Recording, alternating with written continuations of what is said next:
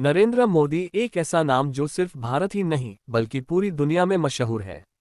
लेकिन क्या आप जानते हैं कि एक समय था जब मोदी सिर्फ एक आम लड़के थे जो चाय बेचा करते थे। उनकी कहानी सिर्फ एक सफलता की दास्तान नहीं बल्कि मेहनत, समर्पण और देशभक्ति का जीता जागता उदाहरण है। मोदी का जन्म 17 सितंबर 1950 को गुजरात के वडनगर गांव में एक साधारण परिवार में हुआ। उनके पिता दामोदर दास मोदी एक छोटी सी चाय की दुकान चलाते थे और मोदी बचपन से ही उनका हाथ बटाने लगे।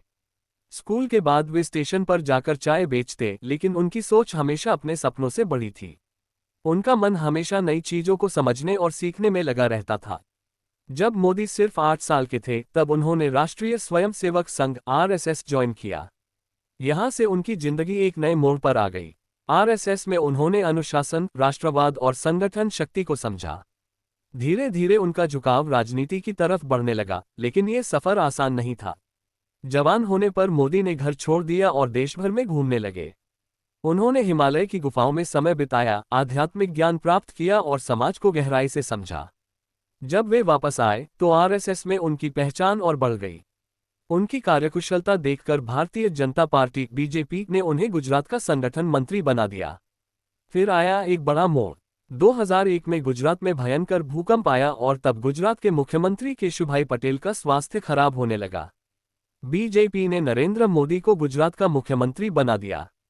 शुरू में लोगों को शक था कि एक संगठन कार्यकर्ता इतनी बड़ी राजनीतिक जिम्मेदारी कैसे निभाएगा। लेकिन मोदी ने अपनी सख्त सोच, स्पष्ट ज्ञान और जबरदस्त नेतृत्व से गुजरात को एक नए विकास की ओर ले गए। उन्होंने गुजरात में नए इंफ्रास्ट्रक्चर प्रोजेक्ट्स, अच्छी सड़कें, बिजली और पानी की व्यवस्था की। गुजरात मॉडल इतना सफल रहा कि पूरे देश ने उनकी तारीफ करनी शुरू कर दी। मोदी का नाम हर जगह गूंजने लगा और बीजेपी ने 2014 के लोकसभा चुनाव के लिए उन्हें अपना प्रधानमंत्री उम्मीदवार बना दिया। 2014 का चुनाव भारत की राजनीति का एक ऐसा मोड़ था जिसे शायद ही कभी भुलाया जा सके। मोदी ने अब की बार मोदी सरकार का नारा दिया और देश भर में उनकी लहर चल गई। लोगों ने उन पर विश्वास दिखाया और बीजेपी ने जबरदस्त जीत हासिल की। नरेंद्र मोदी भारत के 14वें प्रधानमंत्री बने।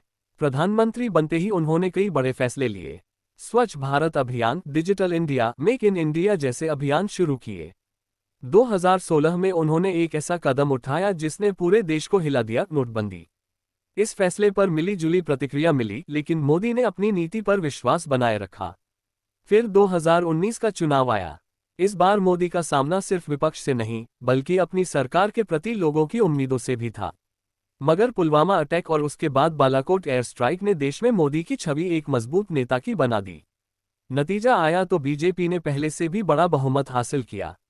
मोदी का सफर एक मिसाल है कि अगर इंसान अपनी काबिलियत और मेहनत पर विश्वास रखे तो कुछ भी मुमकिन है। आज भी वे एक नए भारत का सपना लेकर चल रहे हैं। क्या मोदी 2024 में फिर से प्रधानमंत्री बनेंगे? क्या उनका विकसित भारत का सपना पूरा होगा?